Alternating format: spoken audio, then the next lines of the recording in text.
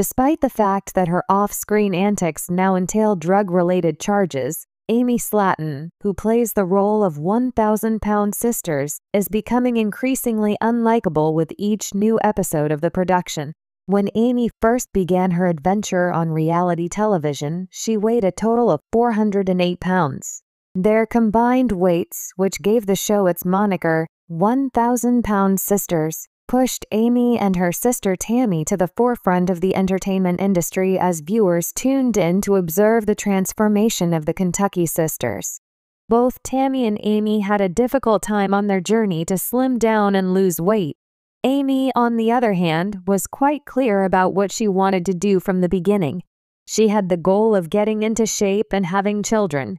Amy did all in her power to conquer her hurdles, including those related to her mental health, but Tammy could not be bothered to do so.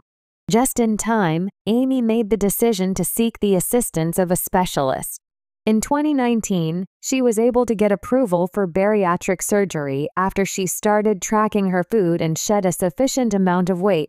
By the year 2024, Amy has shed more than 176 pounds. Amy had a significant improvement in her lifestyle, despite the fact that she experienced yet another setback as a result of her breakup with Michael Halterman. In spite of the fact that Amy is making an effort to move on from Michael, she has been making a series of poor choices, and this has begun to have an impact on her ability to fulfill her job as a mother. Amy was often regarded as the superior sister to Tammy during their whole relationship. She was much more kind and more little. Amy was the first patient to have the operation, and the procedure was not nearly as laborious as Tammy's. Amy was aware of what she wanted.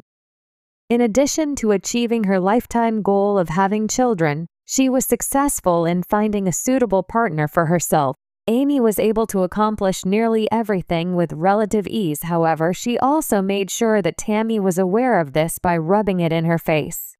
The outbursts that Tammy threw were more noticeable than Amy's strategies for gaining attention. Rather than taking responsibility for her poor choices, she sought excuses to blame Tammy and complained about how her sister was acting like a kid. As a result of her poor choices, Amy did not accept responsibility for them.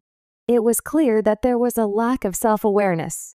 Over the course of more than 3 seasons, Amy's actual nature was mostly overlooked. Nevertheless, her true nature began to emerge when she made snide remarks about Tammy, or when she demonstrated her capacity to stir the pot in order to be the focus of attention.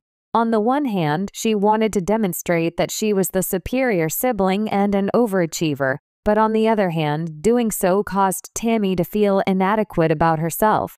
Tammy was able to redeem herself in the most recent couple of seasons, which is an interesting development. It should come as no surprise that Amy will feel envious of Tammy's success in recent times. Tammy has always been the target of Amy's attempts to demean her. Despite the fact that she ultimately felt wretched as a result of her divorce and mood swings, her overall negative attitude was not justified. As soon as Amy found herself without a mate, she yearned to find one as soon as possible. It resulted in her entering into a series of partnerships at the same time. Amy turned to dating as a means of coping with her problems, but the relationship she had resulted in nothing but misery for her.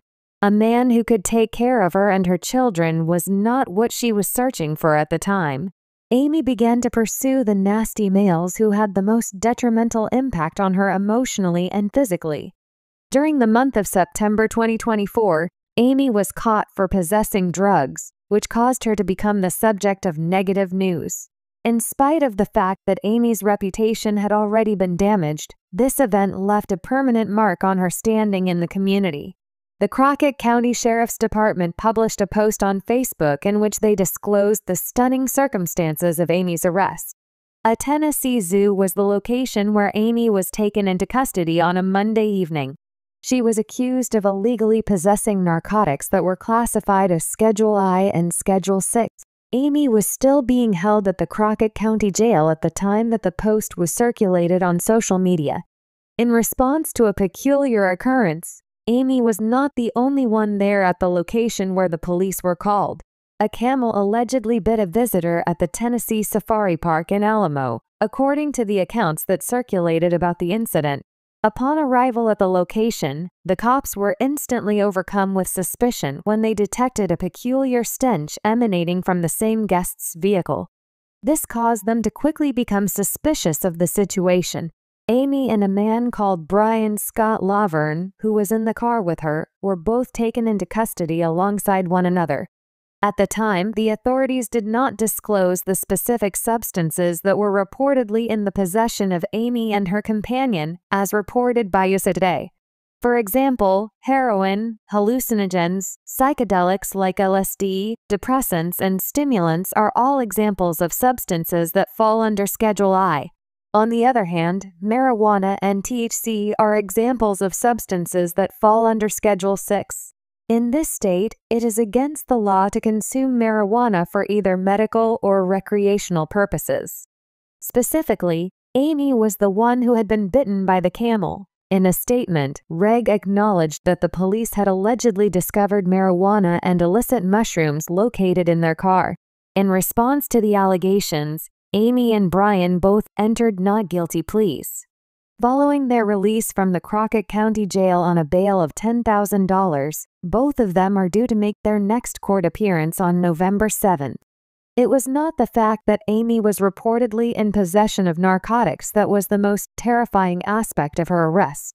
Amy was also taken into custody on 2 counts of endangering children who were younger than 8 years old. In the course of the search, Amy's 2 children were discovered to be present in the same vehicle.